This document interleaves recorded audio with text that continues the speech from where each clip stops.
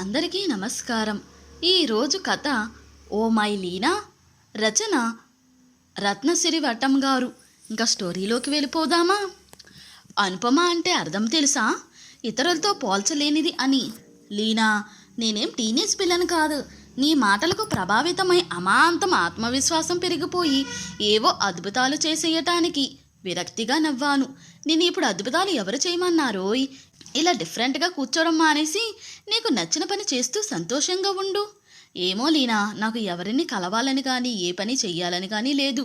తెలియకుండాని నా బుగ్గల మీద నుంచి కారుతున్న కన్నీరు. 2 ఏళ్ల క్రితం అమ్మ చనిపోయినప్పుడు కూడా కొన్నాళ్ళు దిగులు పడ్డానే కానీ పెద్దగా ఏడ్పు రాలేదు. కానీ గత వారం రోజులుగా ఏళ్ల తరబడి నాలో పేరుకుపోయిన దుఃఖమేదో పొంగి పొంగి వస్తుంది. దుఃఖంలో ఉన్నప్పుడు ఎదుటివారి చల్లని స్పర్శ, మెత్తని ఓదార్పు కారు మబ్బుకి తగిలే చల్లగాలిలా మారి మనసును కరిగిస్తాయనుకుంటా. ఆమె నా వీపు మీద రాస్తూ ఓదార్స్తుంటే ఇంకా గట్టిగా ఏడవాలనిపిస్తుంది. లీనా పూర్తి పేరు స్వప్నరాగలీనా. మొదట్లో ఆమె నన్ను ఆప్యాయంగా పలకరించి మాట్లాడుతుంటే నాకు ఆశ్చర్యం వేసేది. నన్ను తమంతట తాముగా పలకరించేవారు అతి కొద్ది మంది మాత్రమే, లేదా నాతో ఏమైనా అవసరం ఉంటేనే మాట్లాడతారు. అలాంటిది ఈమె పరిచయమైన రోజు నుంచి నాతో పని కట్టుకుని కబుర్లు చెప్తుంటే కొంచెం వింతగా అనిపించేది. ఎత్తుపళ్ళు, మెల్లకన్ను, ఉబ్బినట్టు ఉండే బుగ్గలు, పిలక జడ, పొందిక లేని అడ్డదిడ్డంగా పెరిగిన శరీరం, చామంచాయి కన్నా ఓ పిసరు తక్కువ ఉన్న రంగు. ఏ రకంగా చూసినా నాలో ఆకర్షణ మాట అటుంచి అద్దంలో నన్ను నేను కూడా చూసుకోవడానికి ఇష్టపడని రూపం. బాడీ షేమింగ్ తప్పని ఇప్పుడు ప్రచారం చేస్తున్నారు.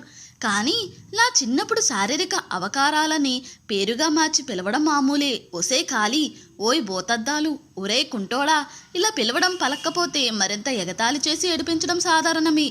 అమ్మ మాత్రం నలుపు నారాయణుడని, మెల్లకన్ను చెవుడు వంటివి అదృష్టాలని ఆశావహంగా మాట్లాడి ధైర్యం చెప్పేది. కాకి పిల్ల కాకికి ముద్దు అనే సామెత అమ్మ విషయంలో అతికినట్లు సరిపోతుంది. అలాగని మా అమ్మ కాకి కాదు సుమా, చాలా అందంగా ఉండేది. నాకు మాత్రం ఏ కోసాన ఆవిడ పోలికలు రాకుండా, నాన్న వాళ్ళ అమ్మ అంటే మా బామ్మగారి రంగు పోలికలకు అదనంగా యవ్వనంతో పాటే ఓబకాయం కూడా వచ్చింది. స్కూల్లోనూ బయట కూడా కాస్త విజ్ఞత ఉన్నవాళ్ళు చాటుగా, లేని వాళ్ళు నా మొహాన వెక్కిరింతగా మాట్లాడుతూ ఏడిపిస్తూ ఉండేవారు. బంధువులు తరచూ నన్ను మా చెల్లి తమ్ముడితో పోల్చి బాధ పెట్టేవారు. అమ్మ ఎదురుగా ఉంటే మాత్రం నా మీద ఏగవాలనిచ్చేది కాదు. కిట్టు, కన్నమ్మ, బుజ్జి అంటూ తెగ ముద్దు చేసేది. నాన్న పిల్లలు ముగ్గురితోనూ స్ట్రిక్ట్గానే ఉండేవారు కనుక నాన్నగారం దొరకలేదని దిగులు లేదు.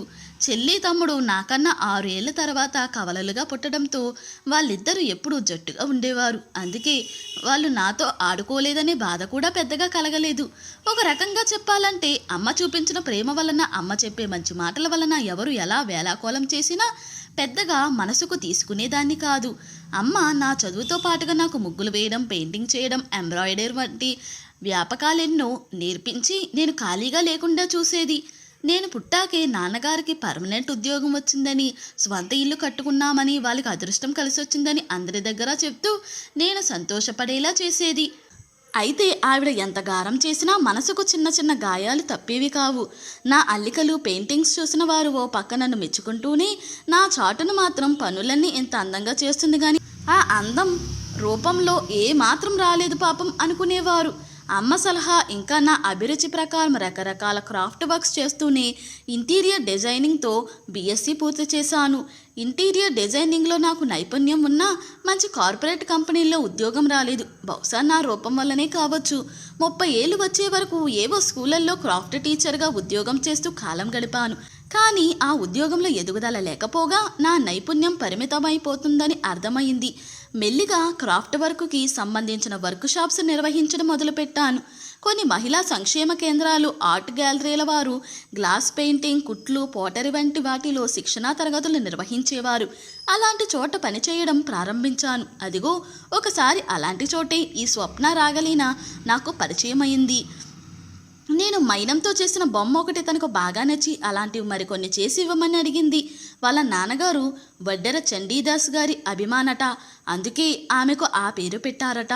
ఊర్లో ధనిక నివాసులుండే ఒక ప్రాంతంలో వాళ్ళకు ఒక ఆర్ట్ గ్యాలరీ ఉంది. లీనా వాటికి సంబంధించిన కొనుగోళ్ల కోసం ఎగ్జిబిషన్, వర్క్ షాపులకు తిరిగి కొన్ని ప్రత్యేకంగా డిజైన్ చేయించుకుంటూ ఉంటుంది. అదే కాకుండా విధి వంచితులైన స్త్రీల కోసం ఒక ఎన్జిఓ కూడా నడుపుతూ వాళ్ళలో ఆసక్తి ఉన్న కొందరికి ఇలాంటి చేతి వృత్తులు నేర్పించి సహాయం చేసేది. అలా మొదలైన మా పరిచయం కొన్ని నెలల్లోనే గాఢ స్నేహంగా మారింది. అమ్మ తరువాత నాకు అంత ఆత్మీయత మళ్ళీ ఆమె దగ్గరే దొరికింది. నేను ఇంటీరియర్ డిజైనర్ని కూడా అని తెలిసాక కొన్ని ఇల్లు ఆఫీసులు డిజైన్ చేసే అవకాశం ఇప్పించింది. టెర్రకోట వస్తువుల తయారీ, పెయింటింగ్లో మెలకువల కోసం బెంగాల్, ఒరిస్సా వంటి ప్రదేశాలకు తీసుకువెళ్ళేది. ఆమె ప్రోత్సాహంతో నాలోని సృజనాత్మక శక్తికి మరింత ప్రొఫెషనల్ టచ్ వచ్చి చేరింది. ఇంతకీ చెప్పనేలేదు కదూ, లీనా చాలా అందంగా, దేవుడు ఎంతో శ్రద్ధగా తీరికగా తయారు చేసాడేమో అనుకునేలా ఉంటుంది. ఆడంబరం లేకపోయినా ఆమెను చూడగానే ఏదో రాజకుటుంబానికి చెందిన అమ్మాయేమో అన్నట్లు సుకుమారంగా హుందాగా అనిపిస్తుంది. నాకన్నా 2-3 ఏళ్ళు చిన్నదే అయినా ఆమెను ఏకవచనంలో పిలవడానికి నాకు చాలా కాలం పట్టింది. మేమిద్దరం కలిసి వెళుతుంటే జనాలు వింతగా చూస్తారని నాకు అనిపించేది. అంత అందమైన అమ్మాయితో కలిసి తిరగడానికి నాలో కొంత న్యూన్యతాభావం కలిగినా మా పరిచయం పెరిగి తనలోని మానవతామూర్తిని తెలుసుకున్నాక ఇక ఆ భావం పోయి మనస్ఫూర్తిగా తనతో స్నేహం చేశాను. నాకు 25 ఏళ్ళు దాటాక అమ్మా నాన్న నా పెళ్లి చేయాలని ప్రయత్నాలు చేశారు, కానీ సంబంధాలు ఏవీ పెళ్లి చూపులు దాటి ముందుకెళ్ళలేదు.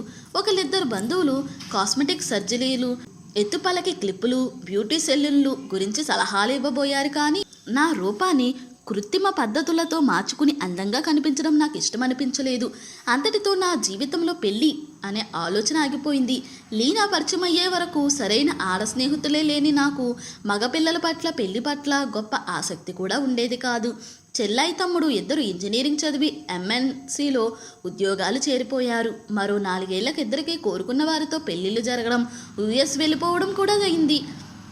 నాకు లీనా స్నేహం దొరకడంతో నా విషయంలో అమ్మకు కొంత నిశ్చింత ఏర్పడింది. రోజులు ప్రశాంతంగా జరిగిపోతున్నాయి అనుకునేలోపు ఒకరోజు అమ్మ హఠాత్తుగా నిద్రలోనే కన్నుమూసింది. అమ్మ లేని లోటు భరించలేక ఉన్న ఇల్లు, ఆస్తులు నా పేరు మీదకు మార్పించి పెన్షన్ డబ్బులతో నాన్నగారు పాండిచేరి దగ్గర ఏదో ఆశ్రమానికి వెళ్ళిపోయారు. ఆ తరువాత ఇక లీనయే నా ప్రపంచంగా మారిపోయింది. అయితే 5 ఏళ్ళ నుంచి కలిసి తిరుగుతున్న స్వంత విషయాలు మా మధ్య పెద్దగా చర్చకు రాలేదు. ఇంట్లో ఎప్పుడూ తను ఒక్కతే ఉండేది. అడిగితే తల్లిదండ్రులు దుబాయ్లో ఉంటారని చెప్పేది. అప్పుడప్పుడు వీడియో కాల్లో మాట్లాడుతూ ఆమె తల్లి కనిపించేది. అచ్చు లేనలాగే చాలా అందంగా ఉండేది. ఒకసారి లీనా నాకు 10-12 రోజులు కలవలేదు. ఫోన్ చేస్తే స్విచ్ ఆఫ్ వస్తుంది. ముందు కోపం వచ్చినా తరువాత భయం వేసింది. సోషల్ మీడియా అకౌంట్స్లో కూడా కనిపించలేదు. నేను మెసేజ్లు పెడుతూనే ఉన్నాను. ఒకరోజు పొద్దున్నే ఫోన్, అను నేను లీనా వాళ్ళ అమ్మని మాట్లాడుతున్నాను, తనకు ఒంట్లో బాగాలేదు, నిన్ను చూడాలనుకుంటుంది, ఒకసారి రాగలవా అంటూ వెంటనే బయలుదేరి వెళ్ళాను. అది క్యాన్సర్ హాస్పిటల్. ఏమిటిది లీనా, సడన్గా ఏమైంది నీకు? కొద్ది రోజుల్లోనే కళ్ళ కింద నలుపు, మొహం పీక్కుపోయి కనిపిస్తున్న ఆమెను చూస్తుంటే దుఃఖం ఆగట్లేదు నాకు. మిలోజెనస్ ల్యూకెమియా, కొంచెం అరుదైన క్యాన్సర్ అట. మనకి తెలిసేసరికి చాలా ముదిరిపోయింది. వాళ్ళ అమ్మగారు ఏడుస్తూ చెప్పారు. అమ్మ ప్లీజ్ నువ్వు ఆ ఏడు పాపై, అను నువ్వు కూడా ఇలా ఏడుస్తారనే 1 ఏడాది నుంచి ఎవరికీ తెలియనివ్వకుండా ట్రీట్మెంట్కి వస్తున్నాను. ఇక లాభం లేదని డాక్టర్ చెప్పారు. అందుకే మీ ఇద్దరికీ తెలియాలని అనుకున్నాను. ఊరికి మీరు ఏడ్చి నన్ను కంగారు పెట్టకండి. 2 రోజుల తర్వాత ఇంటికి వచ్చాము. ట్రీట్మెంట్ తీసుకుని శరీరాన్ని బాధ పెడుతూ మరికొంత సమయం బతికే కన్నా ఇంట్లో ఉండి పాలియేటివ్ కేర్ తీసుకుంటే ప్రశాంతంగా పోవడమే తనకి ఇష్టమని ఒప్పించింది మమ్మల్ని. మేము చూసుకోలేకపోతే ఏదైనా కేర్ సెంటర్కి వెళతానని మొండికేయడంతో ఇంటికి తీసుకువచ్చేసాం. నేను కూడా వాళ్ళతో పాటే ఉంటూ ఆంటీకి ధైర్యం చెప్తున్నాను. పైకి ఆవిడకి ధైర్యం చెప్పడమే కానీ ఎప్పుడూ మంచి ఎనర్జీతో చకచకా తిరుగుతూ అందరికీ సహాయపడే లీనా ఇలా నీరసంగా మంచానికి అతుక్కుపోయి ఉంటే చూడలేకపోతున్నాను. నన్ను అందరూ వెక్కిరించినప్పుడు, చివరికి అమ్మ పోయినప్పుడు కూడా ఇంతగా ఏడవలేదు. ఆంటీ చూడకుండా నేను చూడకుండా ఆవిడ బాధ దిగమింగుకొని తిరుగుతున్నాం. ఓ రోజు సడన్గా అను, నా గ్యాలరీ నువ్వు తీసుకోగలవా అంటూ అడిగింది లీనా. ఇప్పుడు అవన్నీ ఎందుకు, నీకు తగ్గిపోయాక కావాలంటే నీతో ఉండి హెల్ప్ చేస్తాను. అంత టైం లేదను, అక్కడ వచ్చే డబ్బులు మా ఆర్గనైజేషన్కి ఫండ్స్ కోసం కావాలి. ఆ ట్రస్ట్లో అమ్మతో పాటు నీ పేరు కూడా ఉంటుంది. నేను లేకపోయినా ఆ సంస్థ మూతపడకూడదు. నువ్వైతే నిస్వార్థంగా అక్కడ వచ్చిన ఆదాయంతో సంస్థను చూసుకోగలవు అని నమ్ముతున్నాను. లీనా గొంతులో నీరసం ఉన్నా దృఢంగా చెప్పింది. తప్పకుండా చూసుకుంటాను, కానీ నీ అంత సమర్థవంతంగా నడిపించే శక్తి నాకు ఉందా? నాకు కన్నీళ్లు కారిపోతున్నా. అదిగో అప్పుడే అనుపమ అంటే అర్థం తెలుసా అంటూ నన్ను ఊరడించే ప్రయత్నం చేసింది. ఈ కొద్ది రోజుల్లో ఇన్నాళ్ళు తెలియని లీనా వ్యక్తిగత జీవితం మొత్తం వాళ్ళ అమ్మగారి ద్వారా తెలిసింది. బోలెడంత ఆస్తి ఉన్నా వాటికి పెద్దగా విలువివ్వకుండా పుస్తకాలు చదువుకోవడం, సంగీతం వినడం, విదేశాలకు తిరిగి రకరకాల కళాఖండాలు కలెక్ట్ చేసి అందంగా అమర్చుకోవడం, ఇదే లీనా తండ్రికి తెలిసిన ప్రపంచం. ఎవరి మాట లెక్క చేసేవాడు కాదు. ఏ పని చెయ్యకుండా, సంపాదన లేకుండా జల్సాగా తిరుగుతున్నాడని అతని తల్లిదండ్రులకి, తోబుట్టువులకి కూడా కోపంగా ఉండేది. ఆ కోపం అతని భార్యపై చూపించేవారు. ఉన్న ఆస్తులు కరిగిస్తూ తేరగా తిని కూర్చుంటున్నారని ఆవిడను సాధించేవారు. ఈ మాటలు పడలేక ఆవిడ జ్యువెలరీ డిజైనింగ్ కోర్స్ చేసి నగలు డిజైన్ చేయడం మొదలుపెట్టింది. ఆ పనుల ఒత్తిడిలో ఆయనను పట్టించుకోవడం తగ్గించేసరికి భార్య కూడా తనను చిన్నచూపు చూస్తుందని అనుకునేవాడు. ఫలితంగా ఇద్దరి మధ్య మనస్పర్ధలు మొదలయ్యాయి. అటువంటి సమయంలో పరిచయమైన ఒక ఫ్రెంచ్ యువతితో ఆయనకు స్నేహం పెరిగి ఆమెతో ఎక్కువ సమయం గడపసాగాడు. చివరికి ఒకరోజు తన ఆస్తిలో సగం భార్యకి, కూతురికి వ్రాసేసి మిగతా ఆస్తితో ఆ ఫ్రెంచ్ యువతిని తీసుకుని ప్యారిస్ వెళ్ళిపోయాడు.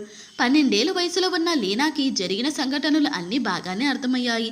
తండ్రి మీద బెంగతో కొన్నాళ్ళు బాధపడినా తల్లికి తోడుగా నిలబడాలని నిర్ణయించుకుంది. ఇక్కడ బంధువుల సూటిపోటు మాటలు పడలేక లీనా తల్లి దుబాయ్ వెళ్ళిపోయి అక్కడ స్వంతంగా వ్యాపారం చేసుకుంటూ పిల్లని పెంచింది. లీనాకి తండ్రి అభిరుచులతో పాటు తల్లికి ఉన్న వ్యాపార దక్షత కూడా వచ్చింది. అలా ఆమె తిరిగి ఇండియా వచ్చి ఆర్ట్ గ్యాలరీ ప్రారంభించింది. పాత బంధువుల దగ్గరకు రావాలని చూసినా ఇక లీనా ఎవరితోనూ బంధాలు పెట్టుకోలేదు. ఇటువంటి బాధాకరమైన గతం ఉండి కూడా ఎప్పుడూ ఏవీ తలుచుకునేది కాదు.